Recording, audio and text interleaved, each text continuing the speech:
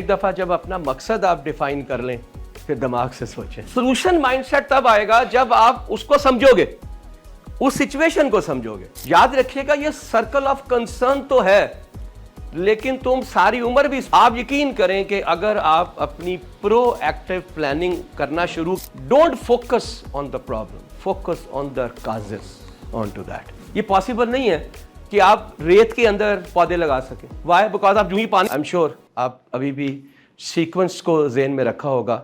Sequence क्या था? Critical thinking, problem solving and decision making. ठीक है, सो पहले वाली बात जो था वो क्रिटिकल थिंकिंग थी। हमने ये देखा कि जब भी हम सोचते हैं तो दो अंदाज में हम सोचते हैं, एक रैशनैलिटी एंड लॉजिक होता है और एक क्रिएटिविटी होती है, और दोनों का इस्तेमाल होना बड़ा ज़रूरी है। मैंने आपको एक गाइडलाइन दिया था, अगर आपको याद हो, और गाइडलाइन ये था कि जब भी ज़िंदगी का मकसद जो है वो आप बनाना चाहें तो अपने दिल से सोचें, लेकिन एक दफ़ा जब अपना मकसद आप डिफ़ाइन कर लें फिर दिमाग से सोचें। राइट? उसकी वजह यह है कि ज़िंदगी का मकसद जो है वो it has to be an emotional decision somewhere where you are reaching after a quite long time. ठीक है, सो आज का जो हमारा टॉपिक है वो एक स्टेप आगे है उससे, और आज हम बात करेंगे व्हाट इज़ अ प्रॉब्लम।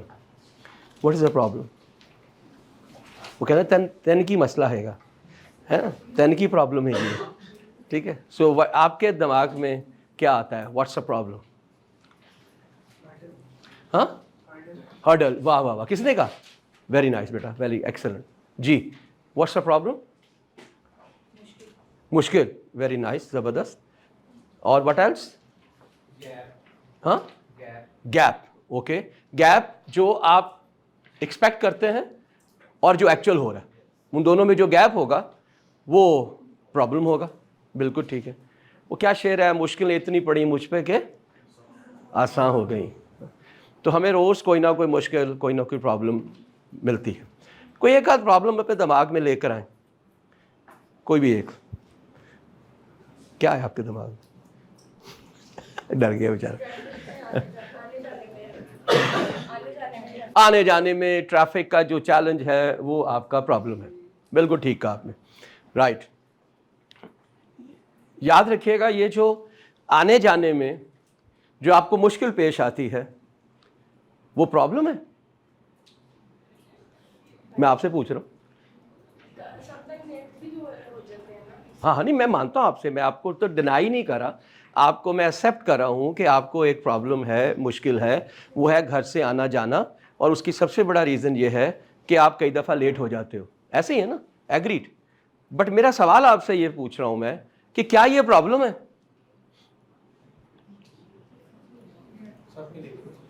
सबके लिए नहीं, उसके लिए भी अगर है तो क्या आप समझते हैं कि ये प्रॉब्लम है? चले, पहले निकलना चाहिए। Okay, what else?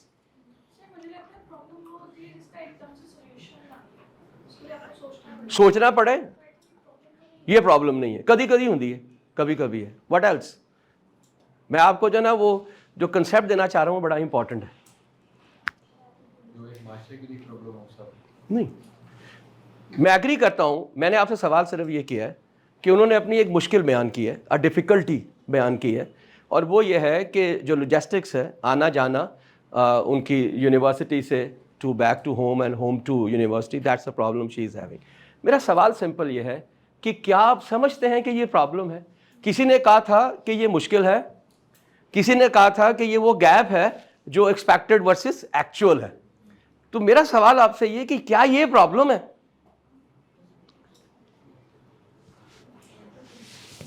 नहीं है। आज का पूरा टॉपिक जो है ना वो इसी एक सवाल के ऊपर बेस कर रहा है। बोलो, कुछ बोलो यार, कुछ बोलो तो सही। है, चलो ठीक है, शाबाश शाबाश शाबाश। अब हम ये देखते हैं कि अगर ये प्रॉब्लम है तो फिर आने जाने में जो आपको मुश्किलात होती हैं उसकी बहुत सी रीजंस हैं। ठीक है ना? एक ये हो सकता है कि आप खुद देर कर देते हो नाश्ता करते हुए। एक ये हो सकता है कि आपके घर से, जहां से आपको पब्लिक ट्रांसपोर्ट मिलती है, वहां तक जाना इशू है।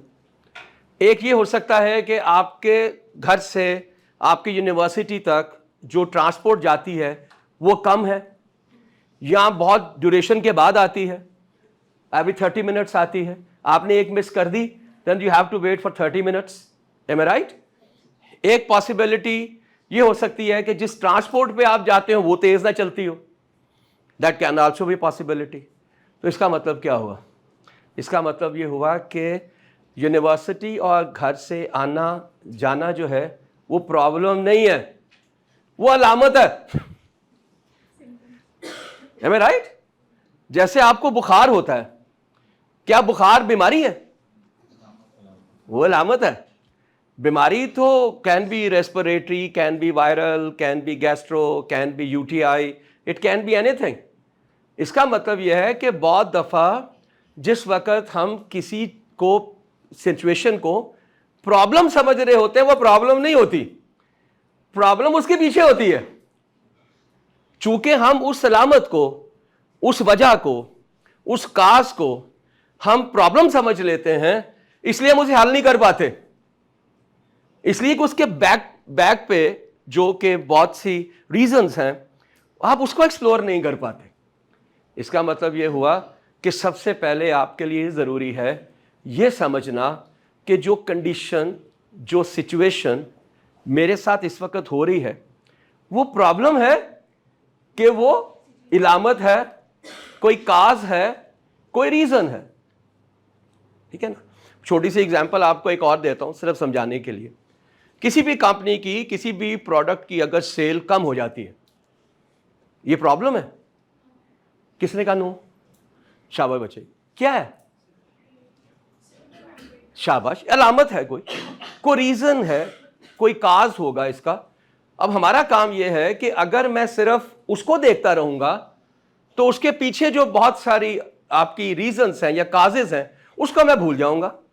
It can be because of the quality of product, it can be the availability of the product at the shelf, it can be because of the competitor, it can be because of the pricing variance, it can be the support of the trade, जो दुकानदार है उसको support करता है, it can be the sale person, it can be the company as well.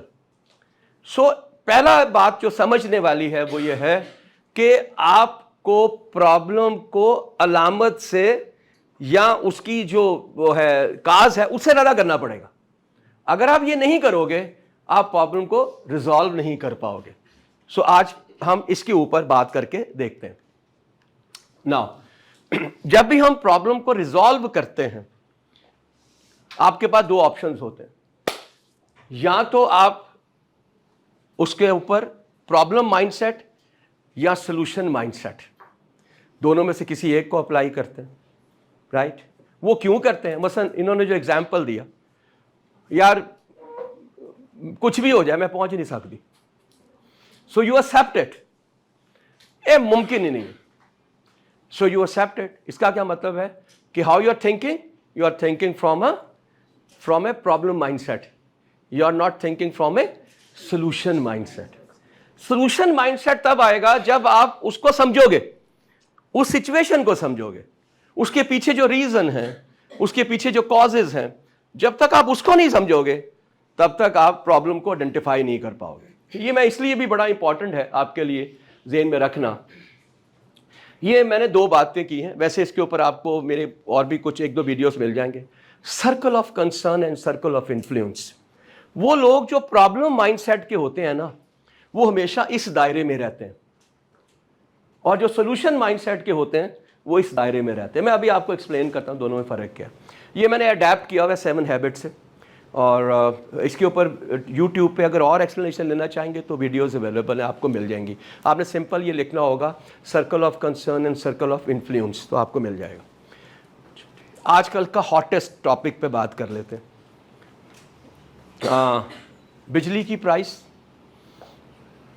Petrol की price, dollar की price, inflation, आजकल जो एक नया पंगा है मिनरल्स का इशू, उसके बाद बलूचिस्तान का इशू, पैलेस्टाइन का इशू, ठीक है, हम सोचते हैं ना, अब टैरिफ्स का जिक्र, हाँ अमेरिका वाला जो, वाह जी वाह क्या बात की, थैंक यू वेरी मच। आप मुझे ये बता दें कि आप जितने भी मैंने अभी आपसे ये आइडेंटिफाई किए चैलेंजेस, आप सबके बारे में पूरा दिन सोचते रहें, आप क्या कर लेंगे? कुछ नहीं कर सकते ना। उसके बावजूद हम क्या करते हैं? हम सोचते उसी बारे में हैं। जब भी आप बैठेंगे, you will be talking about politics, you will be talking about, you know, maybe the teachers, you are talking about your university, you are talking about a lot of such things as well.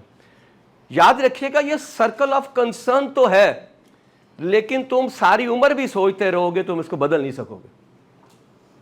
बदल लोगे? You can't. आप price reduce कर सकते हैं उसकी बिजली की?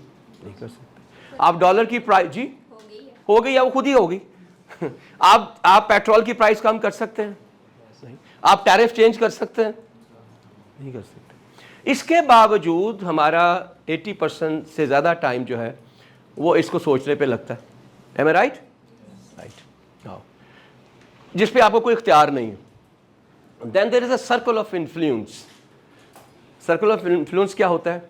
आपकी हैप्पीनेस है, एंटरटेनमेंट है, रिक्रिएशन है, आपकी फैमिली है, आपका रिलीजन है, आपकी अपनी डेवलपमेंट है, maybe your income is also the part of it as well.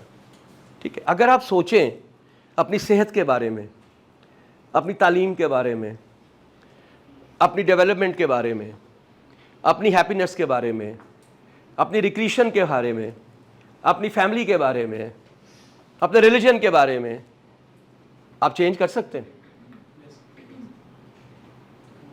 बिल्कुल कर सकते हैं। मैं समझता हूं कि I am not fit, I start doing some physical activity, I will be better. Am I right? I don't get time, लेयर time to have happiness, I start finding some ways of happiness, I will find. Am I right? But the issue is this, as 80% of our time we are spending in circle of concern. जितना time इस पे लगाते हैं ये बड़ा होता जाएगा, ये छोटा होता जाएगा, और नुकसान ये होगा कि you will enter into a negative frame of mind which is a problem mindset. Problem mindset के साथ आप कभी भी जो है अपनी प्रॉब्लम्स को सॉल्व नहीं कर सकते। एक नट मैंने खोलना है, उसको मैं पेचकस से खोलना शुरू कर दूं, खुल जाएगा। आपको क्या चाहिए? आपको वो चाबी चाहिए, या जो पाना के अंदर ने वो चाहिए, वो भी उस साइज का हो, या कम से कम उसको एडजस्ट करूं तो भी खुलेगा ना। तो सॉल्यूशन माइंडसेट ये है कि आप अपने दिमाग में उस वाले इंस्ट्रूमेंट का इस्तेमाल करें जो इंस्ट्रूमेंट उस प्रॉब्लम को रिजॉल्व कर सकता है। और रिएक्टिव और प्रोएक्टिव में क्या फर्क है? जब हो गया तो उसके बाद मैंने उसके बारे में सोचना शुरू किया। प्रोएक्टिव क्या है? उसके होने से पहले उस फिनोमेना से आई स्टार्ट थिंकिंग। पता चला CGPA एकदम से गिर गया, हुण की करिए? पढ़ना स्टार्ट कर दें। बड़ा आसान काम है। को 40% के करीब आपके फाइनल एग्जाम्स होते हैं, 60% जो है वो आपकी इंटरनल असेसमेंट है, जिसमें मिड टर्म है, असाइनमेंट है, प्रोजेक्ट है, क्विजेज है। Am I right? So if you are following closely that 60% marks, you can very easily can secure 50% out of it।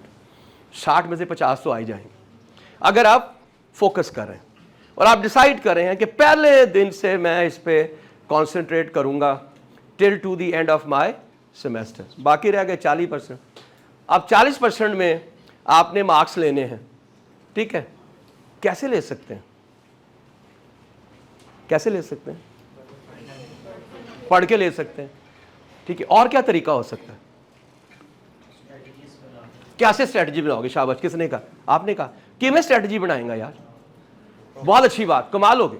हम मैनेज करेंगे उसको कि हम किस तरीके से ए ग्रेड हम लेना चाह रहे हैं, ठीक है? तो हम उसको 40 में से 35 नंबर लेने हैं मैंने, कैसे लेने हैं? कैसे प्लानिंग बेटा?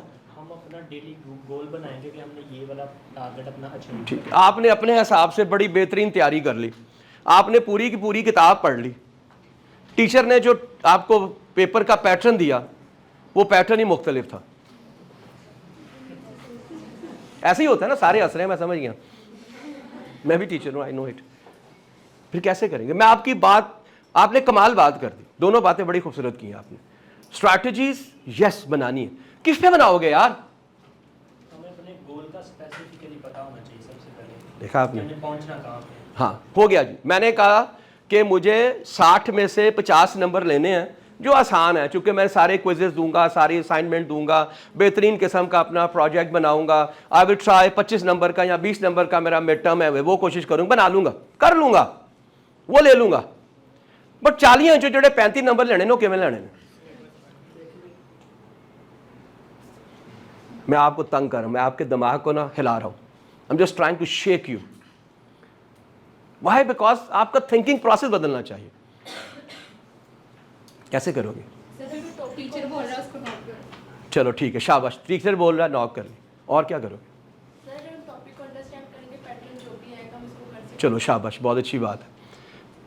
आपको पता है क्या चाहिए? जी प्लीज, सॉरी। पैटर्न की पॉसिबिलिटीज बनाएंगे कि क्या-क्या एब्सोल्युटली राइट। कैसे बनाएंगे? सर यानी कि तो पिछले साल का जो पेपर है सीनियर वगैरह से पूछेंगे कि हाँ। ये टीचर पढ़ाते हैं तो किसके Absolutely right. You want to score, you have to understand the pattern, and for understanding the pattern, you have to understand the teacher.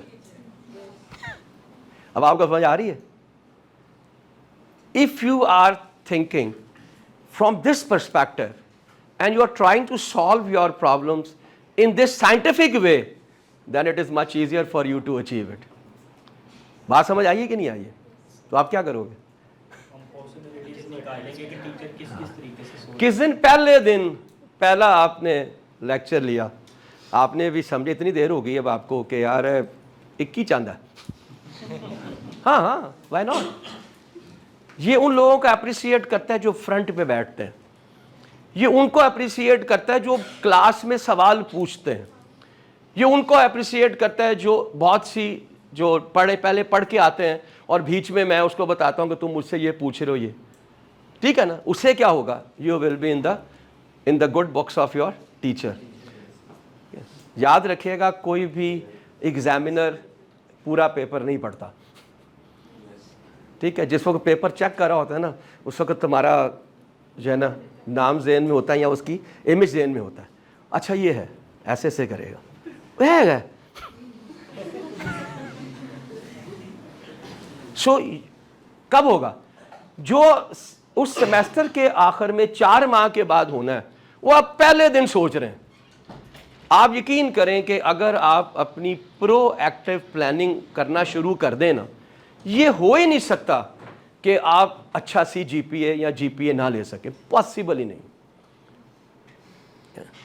मैंने शायद आपसे शेयर किया था, जिस वक्त आप में ये टेंडेंसी आ जाए ना प्रोएक्टिव की, आप जिंदगी में कभी फेल नहीं हो सकते।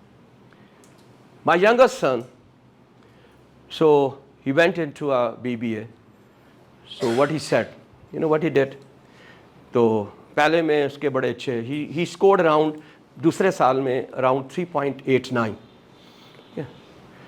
तो उससे पहले एक दफ़ा मुझे याद है कि उसका रिज़ल्ट आया, तो मैंने उससे रिज़ल्ट से पहले पूछा, मैंने कहा हैदर क्या आएगा? Dad I will score A here फलां में ये बी। जब रिज़ल्ट आया जिसमें उसने ए कहा, उसमें उसका डी आया होता, ठीक है? You know what I said to him, मैंने कहा मुझे कोई इशू नहीं है तुम्हारे रिज़ल्ट से, मुझे इशू ये है कि तन पता नहीं तू करके क्यों आया। Next time you are going to tell me कि उसमें तुमने क्या एफर्ट्स किए हैं और क्या आएगा, और वो एक्यूरेट होना चाहिए, ठीक है? सेकंड टाइम उसने किया तो कुछ बेहतर था, फिर third time you know what, उसको आदत क्या पड़ी, 2 साल के उसको आदत ये पड़ गई, ही स्टार्टेड कैलकुलेटिंग। 6 सब्जेक्ट हैं that I am expecting, like एक में मेरा जो है ना वो फलां ख़राब हुआ है, इंटरनल मेरा बहुत अच्छा है, आई will score around a minus 5 में, और एक में मेरा ए आएगा। अगर ए माइनस और ए आता है तो मेरा C G P A is this much, ठीक है? मैंने उसको लास्ट में कहा, मैं क्या you going to get 3.9? That difficult है। उसकी वजह यह है कि याद रखें, जूं आपका साल कम होता है तो chances of scoring the CGPA कम हो जाता है। See, so he said that no, I am not going to get 3.9, I will be somewhere 3.89 to 3.88 अगर मेरा ये रिजल्ट आता। और एग्जैक्टली उसका वो रिजल्ट आया, ही स्कोर्ड 3.89 CGPA, ठीक है, with dean's role and everything. एक बात, सिर्फ एक दफ़ा उसने ये कैलकुलेट करना शुरू कर दिया कि मैंने पहुंचना किधर है। याद रखिएगा, हम में ज़्यादातर लोगों के फेलियर की सबसे बड़ी रीज़न ये है that we are reactive, we are not proactive. हो जाएगा यार, अभी तो 2 सेमेस्टर पढ़े हैं, अभी 3 पढ़े हैं, अभी तो 4 पढ़े हैं। When you do that, then it's a reactive approach. Problem को जब भी रिजॉल्व करना है उसको पहले आइडेंटिफाई करो, how we are going to resolve it, then you can do it, otherwise it will be becoming difficult for you. तो पहला लेसन क्या था कि कई दफ़ा हम जिसको प्रॉब्लम समझते हैं वो प्रॉब्लम नहीं होती, वो एक इंडिकेशन होती है, पहली बात। दूसरा, हमने ये देखा कि जब भी आप प्रॉब्लम को अप्रोच करेंगे तो सोल्यूशन माइंडसेट से करेंगे, प्रॉब्लम माइंडसेट से नहीं करेंगे। सोल्यूशन माइंडसेट क्या होगा? सोल्यूशन माइंडसेट होगा प्रोएक्टिव। मैं एंटिसिपेट करूंगा कि मेरे साथ क्या हो रहा है। जो मैंने अभी कहा, टीचर है तो ना यार, क्या प्रॉब्लम मुझे हो सकती है इस टीचर्स के साथ, how I have to be compatible with them, ठीक है। Once you do that, it's not a big issue for you. आगे चलते हैं। ओके, ये खैर हम ऑलरेडी बात कर चुके, जस्ट लीव इट। मैंने आपसे ये कहा कि ये फैक्ट्स हैं, ये प्रॉब्लम है, ये काजेज है। No, this is more defined. हम क्या बात कर रहे थे? ये वाली, मैं लेट पहुंचती हूं, ये थी प्रॉब्लम। आपको आइडेंटिफाई करनी है, और नीचे है उसकी जो है काजेज क्या है। It's because of the conveyance, it's because of the me, it's because of the distance, it's because of the speed of that transport which I am using, utilizing, these are the causes. अब इसको ज़हन में रखिएगा, ठीक है। सो क्या हुआ? Problem इधर है, वो क्या अफेक्ट करती है? प्रॉब्लम क्या है? ट्रांसपोर्ट प्रॉब्लम है। इफेक्ट क्या है कि मैं देर से पहुंचती हूं, उसके रीजंस ये हैं। So now you are looking at the problem from a scientific perspective. आपको प्रॉब्लम को अवॉइड करनी है तो क्या करना है? सो आज के बाद whenever you are having a problem, look at the causes first. ये पहला आज का सबक है जो आपके लिए एब्सोल्युटली क्रिटिकल है। Don't focus on the problem, focus on the causes, on to that, ठीक है। आज पाकिस्तान के अंदर पानी कम हो रहा है, पूरी दुनिया में हो रहा है, हमारे ज़्यादा हो रहा है। क्यों हो रहा है? सॉरी जी, डैम्स नहीं है, शाबाश बच्चे। और क्या किया जा सकता? डैम तो बनने ने 10 साल दे विच, 2 हम बना रहे हैं, वो भी नहीं बने हैं ये तक। वो बादशाह कौन, दूसरा नहीं, एक और भी है, बासो है शायद, दयामर। अच्छा, क्या करेंगे? डैम तो 10 साल से पहले नहीं बनने। सर, अवेयरनेस देनी चाहिए हमें गांव वाली साइड पे ज़्यादातर, क्योंकि वहाँ पे लोग बहुत ज़्यादा पानी का वेस्टेज करते हैं घरों को शाबाश। धो के, और उसके बाद जो फसलों में करते हैं क्या वो कम है? आपको पता है जो आजकल का लेटेस्ट साइंटिफिक ड्रिबलिंग सिस्टम है, जिसमें आप कभी जाएं तो एक पाइप होता है, हर एक पौधे के पास, प्लांट के पास उस पाइप में सुराख होगा। जिस वक्त आप उसमें पानी गुजारेंगे तो पानी सिर्फ वहीं जाएगा जहां पे उसकी ज़रूरत है। हम कहां भेजते हैं? जहां पे उसकी ज़रूरत नहीं है। इसका मतलब क्या हुआ कि आपको साइंटिफिकली इसको रिजॉल्व करना है। तो पहला तरीका ये होगा कि जब तक डैम बनने हैं, जड़ा पानी उनसे बचा लीजिए। ऐसे ही है ना, ठीक है। अभी पंजाब गवर्नमेंट ने बंद किया है कि जी आप सर्विस नहीं करेंगे। ऑलमोस्ट 50 से 100 लीटर्स ज़ाया होता है एक गाड़ी की सर्विस करने में, ठीक है। पूरी दुनिया में इसको रिसाइकल करते हैं, दे हैव स्प्रेज, उसके साथ ऑलमोस्ट 1/10 ख़त्म होता है। आपके घरों में वो वाला नलका होना चाहिए कि जिस वक्त आप उसके नीचे हाथ रखें तो उस वक्त जो है सिर्फ पानी आए। आप पहले उसको खोलते हैं शावर को, फिर आप शैम्पू लगाते हैं, फिर आप साबुन लगाते हैं, उसले तक 15 लीटर पानी ज़ाया हो चुके होंगे। ऐसे ही है ना। So what we need to do is we have to conserve the water first. This is इसका मतलब है कि पहला सोल्यूशन क्या होगा कि आपको वाटर कंजर्व करेंगे, तब तक डैम बन जाएंगे, उस वक्त तक पानी हम बचा सकेंगे। या एब्सोल्युटली राइट। आपको शायद नहीं पता, मैं चूंकि बहुत जाता हूँ, ये थर बदीन इसका इलाका जो रेगिस्तानी इलाका, आप में से शायद कोई वहाँ का होगा भी, वहाँ पे अब आजकल एलोवेरा और इस तरह के बहुत सी प्रोडक्ट की बहुत अच्छी जो है क्रॉप होती है और बड़े लोग पैसे कमाते हैं। You know how they have done it. ये पॉसिबल नहीं है कि आप रेत के अंदर पौधे लगा सकें। वाई? बिकॉज आप जो ही पानी देते हैं खत्म हो गया। So what they are doing, they know how they have approached. I will tell you proactively कैसे करते हैं। Anybody has an idea about it, how they are doing it? No idea. आपने कभी देखा होगा बड़े बड़े पानी के वो होते हैं मटके, ऐसे गोल वाले, बड़े से, ऐसे है ना बड़े बड़े, वो बड़े बड़े पेट वाले। उसे वो क्या करते हैं कि उसको रेत में जो है ना वो कर देते हैं, उसके अंदर मिट्टी डालते हैं, उसके अंदर पौधा लगाते हैं।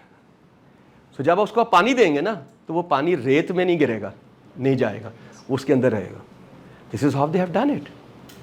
मैं नाम नहीं लेना चाहता, मुझे आप सारे पकड़ लेंगे उस मुल्क का जिसको हम पसंद नहीं करते आजकल। दुनिया में इस वक्त 15 जो दुनिया में एग्रीकल्चरल इनोवेशंस है ना, उसमें से 11 उस कंट्री की हैं, 11, ठीक है ना। अभी पैलेस्टीन का जिक्र किया तो वहाँ से समझ आया। You know what they have done, उन्होंने अपने हर एक प्लांट के लिए एक थर्मोपोर का फूल बनाया हुआ है, जिसमें ऐसे से करके आप समझे रोज़ है, ठीक है, इसके नीचे रख के उसके अंदर पौधा उगाते हैं। यू नो उसका फ़ायदा क्या होता है, जब मैं उसको पानी मारता हूँ ना, पानी सिर्फ उस पौधे में जाता है, इसलिए कि वो उस फूल में आता है। You getting my point. Second ये होता है कि रात को जब औस पड़ती है तो वो औस जब उस फूल पे पड़ती है तो आहिस्ता आहिस्ता वो ड्रिबल करके न चली जाती।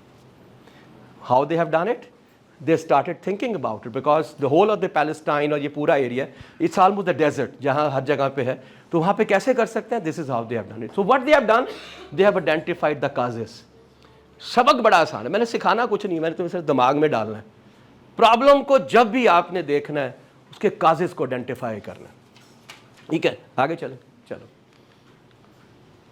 ओके। प्रॉब्लम को मैं 3 तरह से देखता हूँ। Problem solving is number 1 is the tool to solve the problem, number 1। Number 2, आज के बाद it's a skill for you. Problem solving will become a skill to you as well. और तीसरा ये है, it's a process. Why? Because it has a steps into it. तो आज हम क्या करेंगे, आज हम एक टूल सीखेंगे, आज हम एक स्किल गेन करेंगे, और आज हम उस प्रोसेस को अंडरस्टैंड करेंगे जिसमें हम लोग प्रॉब्लम सॉल्विंग करेंगे, ठीक है जी। I have scored 30% lesser marks during summer semester. एक ऐसे एग्जाम्पल दे रहा हूँ मैं। क्या वजह हो सकती है? आपने कहा यार मैं कैजुअल बहुत था, कोई गल नहीं, अगली दफ़ा देख लवांगा, ठीक है।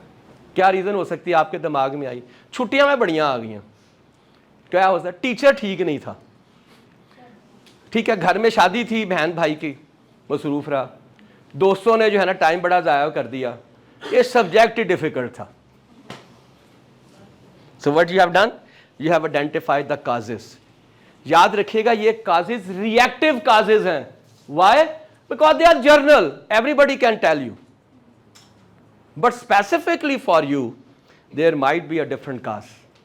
जब तक आप उसको स्पेसिफिक काज को आइडेंटिफाई नहीं करेंगे तब तक आप प्रॉब्लम को रिजॉल्व नहीं करेंगे। और अनफॉर्चुनेटली ये हो चुकी है, ये याद रखिएगा। This is done, this is done, so it's very difficult for you to do it, right. So अब हम इसको देखते हैं क्या हुआ है मेरे साथ। 30% लेसर मार्क्स, मेरी एवरेज जो आ रही थी कहां पे? Major subjects. व्हेन? क्यों? मैं I am the responsible person. How? ये मैंने कुछ आइडेंटिफाई किए हैं, ये मैंने किए हैं, इट माइट बी डिफरेंट। अब इसमें से स्पेसिफिकली उस काज को निकालना जो डायरेक्टली रिलेट करता है इसके साथ, दैट्स इंपॉर्टेंट। सो अगला सबक क्या था कि जब भी आपने प्रॉब्लम के काजेस को आइडेंटिफाई करना है तो 5H 1 सॉरी 5W 1H को दिमाग में रखना है। What, where, when, who, how. जब आप ये कर लेंगे तो आप आसानी से काजेज को या प्रॉब्लम को रिजॉल्व कर सकेंगे। ठीक है जी। सो अपने साथ सीक्वेंस को ज़हन में रखते जाइएगा और मेरे साथ चलते जाइएगा। ठीक है, राइट? चले, गुड। अब मैंने आपसे क्या कहा था? It is a tool, it's a skill, it's a process. Let's talk about the process. Define the problem. इसको कहते हैं डिडक्टिव मूड। जब मैं प्रॉब्लम को डिफाइन कर रहा होता हूं या उसके काजेस को आइडेंटिफाई कर रहा होता हूं तो क्या होता है? डिडक्टिव। CSI देखी ना आपने, क्राइम सीन इन्वेस्टिगेशन। ठीक है, वहां पे क्या हो रहा होता है? सब कुछ देखते हैं। यहाँ पे आके ये स्पॉट कहाँ से आया, यहाँ से ना फिंगर्स के प्रिंट्स लें। सर यहाँ पे ना हमें इस कमरे में 6 तरह के डिफरेंट फिंगरप्रिंट्स मिले हैं। एक हो सकता है विक्टिम का है, बाकी किसी और का है। ठीक है, जिस वक्त ये फ़ोन कर रहा था उस वक्त ना आवाज़ आ रही थी AC के चलने की। This is the deductive mood. So आपने क्या बनना है? आपने एक, हाँ, आपने डिडक्टिव किसको आइडेंटिफाई करने के लिए? काजेज को आइडेंटिफाई करने के लिए। वो क्या करता है? वो जो जुर्म होता है उसके रीजंस को तलाश करता है या वजह तलाश करता है। Deep dive into causes 5W 1H। इसको क्या करेंगे? Child mood. ये क्या हुआ? चाइल्ड इज क्यों आया? आया है, वाह। जितना छोटा बच्चा है उतना ही क्यूरियस होता है ना। कभी वो स्विच में उंगली दे देगा, कभी वो इस्त्री के अंदर उंगली लगाएगा, कभी अपना खिलौना तोड़ के देखेगा, है ना, कभी माँ की लिपस्टिक उठा के खींच के ऐसे करके यहाँ यहाँ लगाएगा। वाई? बिकॉज उसके दिमाग में सवालात हैं। उसकी वजह जिसका दिमाग की स्लेट साफ है, दुनिया में देखा कुछ नहीं है अभी, वैसे से करके देखता है। आप कभी किसी दूसरे मुल्क में जाएं ना, कंट्री में, तो वहाँ पे आप ऐसे करते हैं because you become very curious ना। आप बाहर जाते हैं, अच्छा दुकानें किधर हैं, यहाँ पे कौन सी वाली सर्विस चलती है, वो उबर शुबर की, ठीक है, यहाँ पब्लिक ट्रांसपोर्ट कैसी है, कितने पैसे लग जाते हैं अगर फलां जगह पे मैं जाऊँ तो। Why? Because then you become more curious. So whenever you are having a problem you need to have the curiosity to dig down into it. वो 4-5 जो है ना मेजर, जो अभी हमने निकाले नहीं, try to find out what is the problem. ये मेरे साथ क्यों हुआ है, क्या वजह हो सकती है? Articulate a solution statement. इसकी वजह क्या हो सकती है? CEO mood. पहला कौन सा था? डिडक्टिव, दूसरा था चाइल्ड और तीसरा CEO मोड। ये क्या करता है? ये कुछ नहीं करता, ये सिर्फ स्टेटमेंट देता है। Next year we are going to grow by at least 15%. Next time the target revenue is $1 billion. Next year we are going to increase our market share to 40%. Next year our profit is going to be this. सिर्फ statement देता है, खत्म। This is what you need to do. So अब आप क्या बन गए? आप डिडक्टिव भी बन गए, आप बच्चे भी बन गए, आप CEO भी बन गए। और आखिर में क्या है जो आपने कहा? स्ट्रेटजी बनाते हैं, क्रिएटिव मूड है। याद रखिएगा जहाँ से हम शुरू हुए थे, क्रिटिकल थिंकिंग से, logical and creative. Whenever there is a balance between the two, we are going to get to the creative thinking and we are going to find the solutions as well. So ये 4 different process के recap हैं। ये मैंने इसलिए कहा कि आपके लिए आसान होगा। याद रखें, दुनिया में किसी भी चीज़ को याद करना जो है ना, वो रेफरेंस से होता है।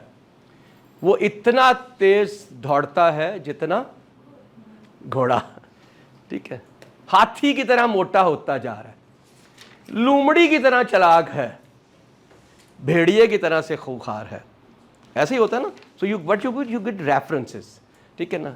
आप अपनी आसानी के लिए आप ढूंढते हैं, तो मैंने आपको रेफरेंसेस दे दिए।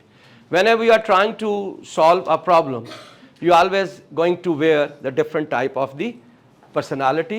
Number 1 is the deductive, number 2 is a child, number 3 is a CEO, and number 4 is a creative mindset. तो ये हमारे प्रोसेस का हिस्सा हो गया। शुरू कहाँ से हुए थे? प्रॉब्लम, काजेस, सॉल्यूशन माइंडसेट, उसके बाद क्या हुआ 5W1H and then we entered into a process. साथ साथ ले चल, आई एम श्योर आप भूलोगे नहीं। वजह क्या है, कौन सी ऐसी रीजन है जिसकी वजह से जिसकी वजह से हम प्रॉब्लम रिजॉल्व नहीं कर पाते? ये आपने सोचना है कि आपके केस में क्या है। ये क्या होती है? स्टीरियोटाइपिंग। एनीबॉडी? स्टीरियो होता है जब दोनों तरफ स्पीकर्स में एक जैसी आवाज आती है ना, एक मोनो होता है, एक स्टीरियो होता है। स्टीरियोटाइपिंग क्या होगी? नहीं यार कोई बात नहीं, डजंट मैटर। लेकिन आपने एक नया सबक सीखा, दैट्स अबाउट स्टीरियोटाइपिंग। स्टीरियोटाइपिंग होती है तुम्हारी preconception and pre perception. I am sorry to use this word, इस तरह के बंदे सारे खराब होंगे ने।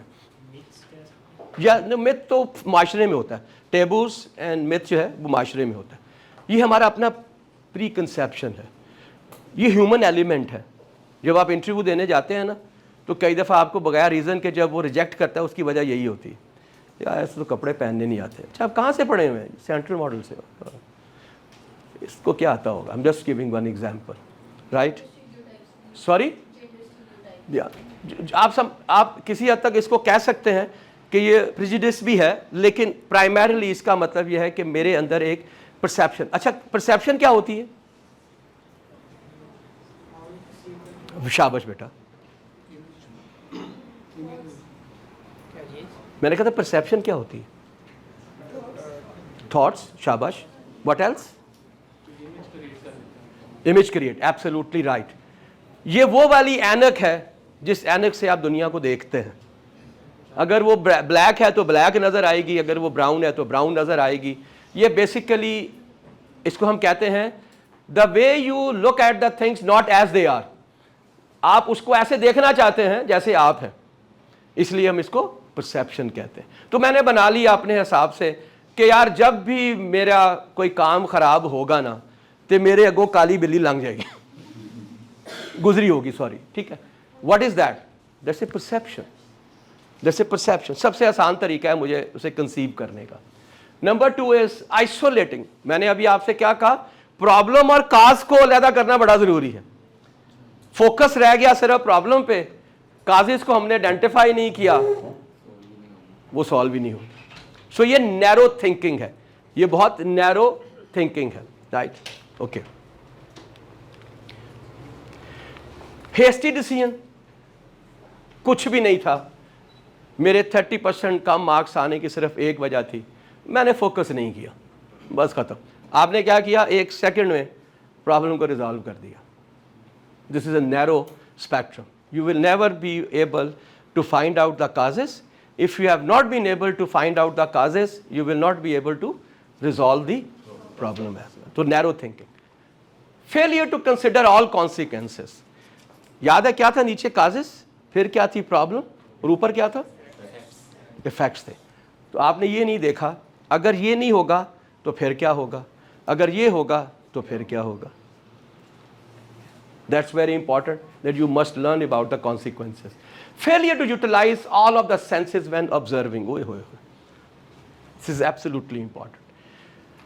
कई दफ़ा जब हम 1 + 1 2 कर रहे होते हैं और हम अपने कई दफ़ा दिल का इस्तेमाल नहीं करते, दिल नहीं बल्कि क्रिएटिविटी का इस्तेमाल नहीं करते, तो आप कभी सोल्यूशन पे पहुंच नहीं सकते।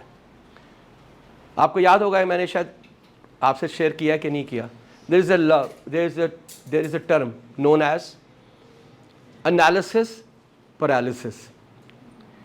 आप नंबरों में इतने फंस गए कि आपका दिमाग माउफ हो गया, and you have not been able to find out the solution. उसकी बेहतरीन तरीका क्या है? बेहतरीन तरीका है ब्रेनस्टॉर्मिंग। ब्रेनस्टॉर्मिंग जब आप कर रहे होते हैं तो फिर आप वाइल्ड होते हैं। when you are wild, then you can find out the good solutions as well. सारी सेंसेस कौन कौन सी हैं आपकी? 6 सेंस के अलावा देखना, छूना, फील करना, टच फील करना, ये सारी 5 हैं, ठीक है। इसका मतलब है सबका इस्तेमाल करना जरूरी है, एंड सिक्स सेंस का भी, because six sense is a intuition. Intuition क्या होती है? Gut feeling. और कुछ लोग जो कि बहुत डीपली किसी चीज को सोचते हैं, उनकी जो गट फीलिंग है वो बहुत स्ट्रांग हो जाती है, so they always get the intuition. और आपके साथ भी होता है, कई दफा आपको याद होगा कि आप कुछ कहीं पे बैठे हैं, गुजर रहे हैं, कुछ कर रहे हैं, आपको साथ, या मैं पहले भी आया था यहाँ, कई दफा आप बड़ी सोच रहे हैं किसी प्रॉब्लम को रिजॉल्व करने में, नहीं हो रहा, आगे ना यार लानत भेजो, ठीक है, आप उस पर सोचना बंद कर देते हैं। एक हफ्ते के बाद आप नमाज पढ़ रहे हैं, आप गाड़ी चला रहे हैं, आप टॉयलेट में हैं, टक करके सलूशन दिमाग में आता है, हालांकि आप तो उसके बारे में नहीं सोच रहे थे। वो क्या हो रहा था? लाशोरी तौर पे, subconsciously your brain was working on to it, because you are very deeply involved. So that's why it is important कि आप अपने सारी सेंसेस का इस्तेमाल करें, सिर्फ लॉजिक, रैशनैलिटी, कॉग्निटिव का इस्तेमाल नहीं करें। Difficulty cost by narrowing the problem to, बहुत ही छोटी कर दी थी। जैसे मैंने क्या कहा, it was just my lack of focus, जल्दी में किया, नैरो किया, कहानी खत्म। पाकिस्तान में सबसे बड़ा चैलेंज इस वक्त हमें यही आ रहा है कि जब भी हमारी कोई सोशल प्रॉब्लम है, कोई पॉलिटिकल प्रॉब्लम है, कोई इकोनॉमिक प्रॉब्लम है, you have not been able to find out. मसलन महंगाई हो गई, फल महंगे हो गए, आपने क्या किया? जाके रिटेलर को पकड़ लिया, बंद करो दुकाना। रेट लिस्ट लगाई हुई है? नहीं लगाई हुई, चलो अंदर। Do you think he is responsible? No. There is a middleman, there is a producer, and there are also people जो कि उसके साथ होर्डिंग करते हैं, या वो ज़ख़ीरा अंदोज़ी, ज़ख़ीरा अंदोज़ी होती है ना, क्या होता है मुझे पता नहीं, आटा वो करते हैं, ठीक है ना। इसका मतलब ये is because of them. Have you been able to reduce the price of the chicken? No. Why? You have not worked. I was going to Kuala Lumpur, तो मैंने ऐसे करके मलेशियन एयरलाइन पे अखबार खोला, उस ज़माने में न्यूज़पेपर होते थे, तो पता चला कि जी वहाँ पे जो चिकन की प्राइस है वो 4.25 रिंगिट हो गई है, फ्रॉम 4 रिंगिट से। आप सोच सकते हैं 0.25। नीचे लिखा हुआ that government has started working on to it and soon the solution will come. मैं 4 दिन वहाँ पे रहा, when I was coming back, तो वही अखबार में लिखा हुआ that prices has been reduced to 4. Why? But the government has worked at the producer, they have worked in the middleman, they have worked on to the wholesalers, they have worked on to the retailers. और जहाँ पे भी आपको नज़र आया कि जो भी वहाँ पे वेरिएशन था, they have overcome that. Why? Because they kept it very broad, not at one specific responsibility to anyone. Inability to define the terms, यानी कि जिस वजह से है उसको हम काजेस को डिफाइन ना कर पाएँ, बिकॉज ऑफ एनी रीज़न। हो सकता है कोई नई चीज़ हो, मुझे पता ही ना हो उसका।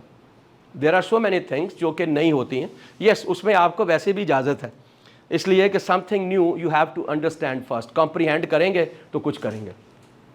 सैचुरेशन, जब आइडियाज़ बहुत ज़्यादा हो जाते हैं, और आइडियाज़ ज़्यादा होने के बाद आपका दिमाग माउफ हो जाता है, बिल्कुल you are just finish, because too many kind of solutions over here, too many causes in your brain. So वो क्या करते हैं कि वो एक क्या कहते हैं, गुंजल या बांधते हैं, गुंजल खोलना बड़ा मुश्किल हो जाता है, इसको हम saturation कहते हैं। When you have too many ideas, too many solutions, too many causes, then you become absolutely under that as well. Okay, right. नहीं हो सकता, छोड़ दो। पहले कोशिश की, फिर नहीं की, फिर छोड़ दी। Why it is? Because once again, it's your habit that how you face the problems. याद रखें, एक आपको सबक दे रहा हूँ, इससे रिलेटेड नहीं है। वो कहते हैं the problems are like washing machine, ठीक है ना। When you are in the problems, वो आपको ऐसे उड़ाती है, ऐसे घुमाती है, ऐसे घुमाती है। But when you come out of that washing machine, you are much brighter. आप धुले हुए होते हैं, आप साफ सुथरे होते हैं। इसका मतलब ये है, it is important to have the problems so that आपकी जो है वो धुलाई होती रहे। सो दैट्स वाई नेवर, है जी, सर्फ एक्सेल नहीं, एरियल, एक धुलाई में धोए, साफ धोए। Giving up too early. So whenever you have problem, just leave it. It's not going to resolve. Jumping straight to conclusion. इसका मतलब यह है कि आपने जल्दी, वो पहले हमने कहा जल्दी में डिसीजन कर लिया और नैरोइंग कर ली अपनी सोल्यूशन को. Not collecting all the relevant data, which is the most important. Why? Because CEO decision तब करेगा जब बच्चा सारे फैक्ट्स जो है वो इकट्ठे करेगा. याद आ रहा है ना आपको? बच्चे का काम क्या है? सारी इंफॉर्मेशन को देखना, ढूंढना, समझना, और उसके बाद CEO अपना डिसीजन कर रहा है. Not getting the right people involved. Sometimes you need to get the people into it. और ये हमारे यहाँ पे गवर्नमेंटल लेवल पे जितने भी चैलेंज हैं ये उनकी वजह से होते हैं. मैं आपको बड़ी इंटरेस्टिंग बात बताऊंगा दुनिया में. It might be good for you as well. दुनिया में जितनी भी डेमोक्रेसीज हैं उसमें याद रखिएगा ये जो MLAs होते हैं, जिसको हम मेंबर्स ऑफ लेजिस्लेटिव असेंबलीज कहते हैं, वो कभी भी कोई कानून नहीं बनाते. They don't do it. For every kind of speciality they have basically a team, जिसको हम थिंक टैंक्स कहते हैं. They are the one who are going to make it. Education वाला एजुकेशन के लोग करेंगे, इकोनॉमी वाला इकोनॉमी के लोग करेंगे, सोशल वाला सोशल के लोग करेंगे. और वहां पे क्या होगा? There lot of people over there. आपने सिर्फ उनको ये बताना है ये मेरा विजन है, ये मेरे रिसोर्सेज हैं, ये मैं यहां पे एंड रिजल्ट चाहता हूं. Tell me what I can do. And this is exactly what they do. USA में हर एक सेनेटर के पास अपने बहुत से रिसर्चर्स होते हैं. जो आप लोग करते हैं ना, वो लोग जो इंटरनेशनल में मास्टर्स करते हैं या बैचलर्स करते हैं, तो वो फिर इन बहुत से सेनेटर्स के साथ चले जाते हैं जो इंटरनेशनल अफेयर्स में होते हैं, इंटरनेशनल रिलेशंस में होते हैं. दे आर द पीपल जो उनको पूरे दिन में निकाल के बताते हैं उस पर्टिकुलर टॉपिक पे, या जो उसकी स्पेशलिटी है, जो भी उसकी मिनिस्ट्री है, कि इसमें इस वक्त दुनिया में क्या हो रहा है. Same is president is also have their own kind of the researcher, जो पूरे दिन में सारी दुनिया की अखबारें देख के एक पेज पे निकाल के उसको देता है कि know what's happening around. This is how they are doing it. Why? Because as they have a team, that's why they are in a better position to get more information about any problem. Right. challenges खैर हो गए, sorry. Now, what is most important is positive attitude. Why we need to have attitude to resolve the problem? Why? बोलो, क्या ताल्लुक है उसका attitude का यार प्रॉब्लम से? चलो शाबाश, चलो आप एटीट्यूड को नियत समझते हैं, इंटेंशन को. चलो एग्रीड, शाबाश, well done. At least you have said something. जी, एनीबॉडी?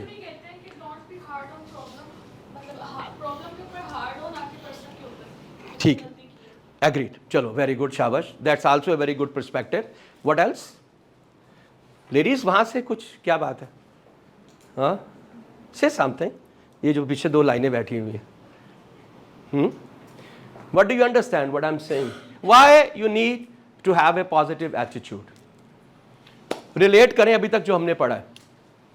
सर अपना फ्लैग चश्मा उतारेंगे तो वाइट देखेंगे. Very good. परसेप्शन, बस बिल्कुल सही कहा, very nice. Attitude actually reflects your perception, absolutely good. और यहाँ पे हमने पॉजिटिविटी की बात की है, नेगेटिविटी की नहीं की है. बिल्कुल सही कहा. और बताइए. बहुत अच्छा, thank you very much. Sorry जी, प्रोएक्टिव अप्रोच. तो क्या जो नेगेटिव माइंडेड लोग हैं वो प्रोएक्टिव नहीं होते? किसने कहा था? शाबाश बेटा. सो वो प्रोएक्टिव नहीं होते? शाबाश, very well done. Pre perception होती है, स्टीरियोटाइपिंग होती है. और सबसे इंपॉर्टेंट ये है कि याद रखिएगा, नेगेटिव माइंड के या नेगेटिव एटीट्यूड के लोग जो हैं वो रिएक्टिव होते हैं, वो प्रोएक्टिव नहीं होते हैं. And they always have the problem mindset, not the. That's why it is important that you should have the positive attitude. दुनिया में हर एक प्रॉब्लम के पीछे एक अपॉर्चुनिटी होती है. डिपेंड करता है कि आप उसको कैसे देखते हैं. I don't know whether I shared with you, जब कोविड आया तो बहुत सी जो एक्सपोर्ट की कंपनी थी सियालकोट की, जो बना रही थी डिफरेंट चीज़ें बना रही थी, उनका काम तो ख़त्म हो गया. ठीक है, इट वॉज ए प्रॉब्लम, ठीक है, उसके काजेज, ठीक है, कोविड था, प्रॉब्लम क्या था, बिजनेस खत्म हो गया, अब क्या करें, दे स्टार्टेड मैकिंग, पीपी बनाने शुरू कर दी। मैंने क्यू मोबाइल वालों को सैनिटाइजर बनाते हुए देखा they made sanitizer and they sold it, और हर बंदे ने बनाए सैनिटाइजर उस जमाने, मुझे याद है, पीपी बनाए, फिर भी नहीं मिले, खैर वो अपनी जगह पे है, लेकिन what happened, this is how this happened, ठीक है। इस वक्त भी जब ये रिसेंटली इंपोर्ट बैन हुई है, तो मैंने ये देखा कि ये प्रॉब्लम था। I went to one of the session in chamber, मैं बड़ा खुश हुआ जब लोगों से बात हुई कि यार तुम क्या करोगे, कहते we have started thinking to have the raw material here. पहले जो कि आसानी थी, ऑर्डर देता आ गया, वो बंद हो गया, कहते हुण की करिए, और महंगा भी हो रहा है। तो जैसे सोयाबीन है या इस तरह की बहुत सी चीज़ें हैं, दे स्टार्टेड मेकिंग ओवर हियर,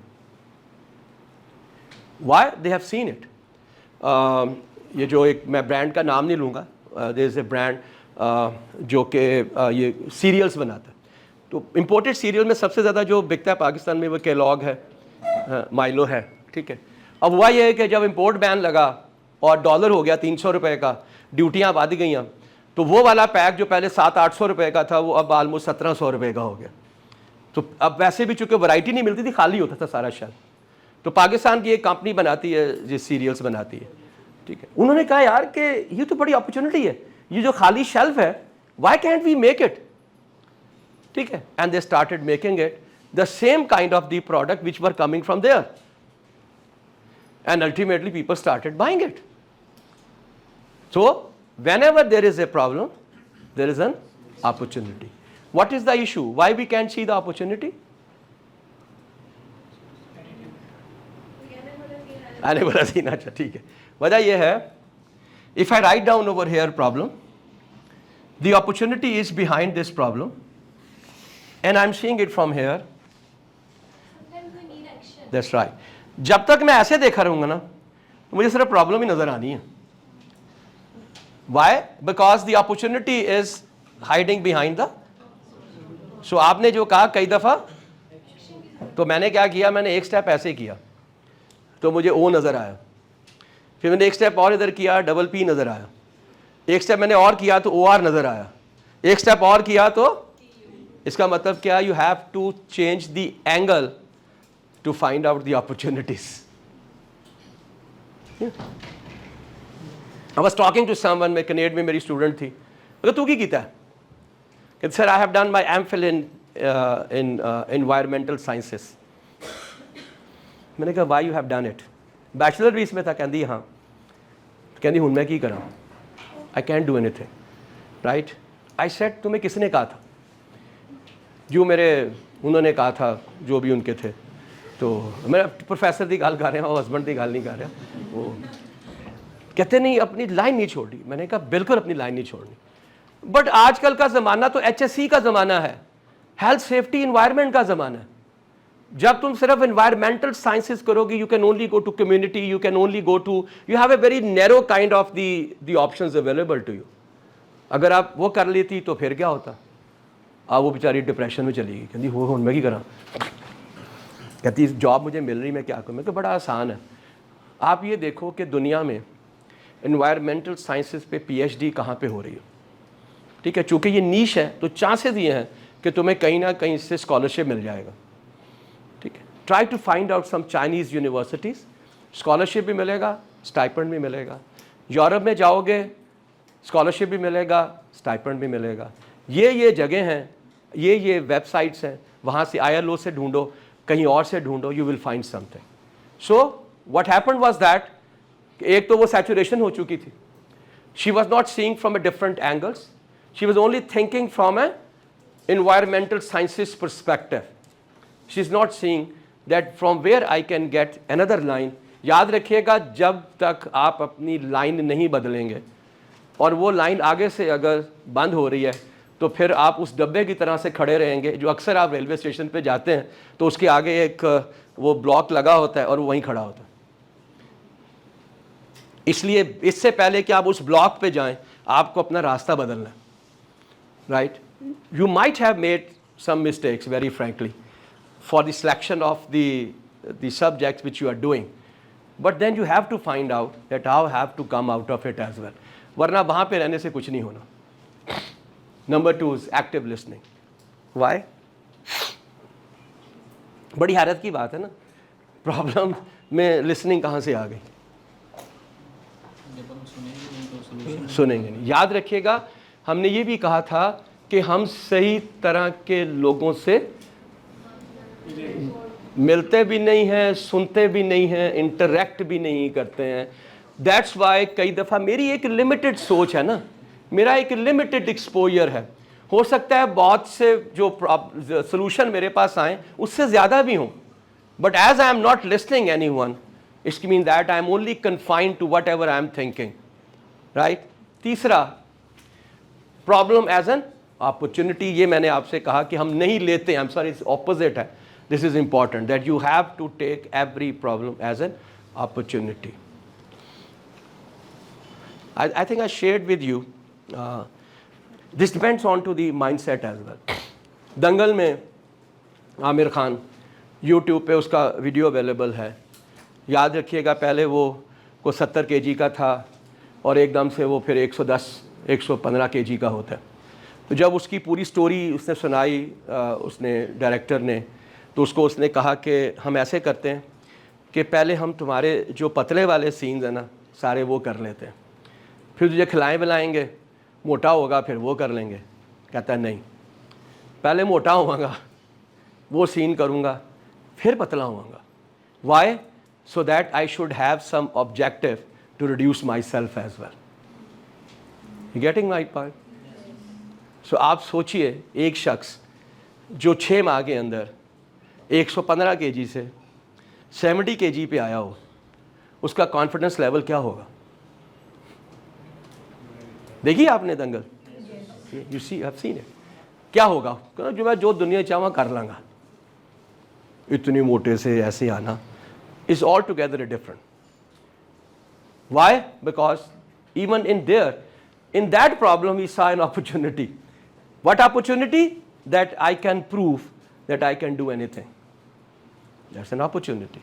ठीक है. सो 3 इंपॉर्टेंट फैक्टर है जिस पे हमने डिस्कस किया.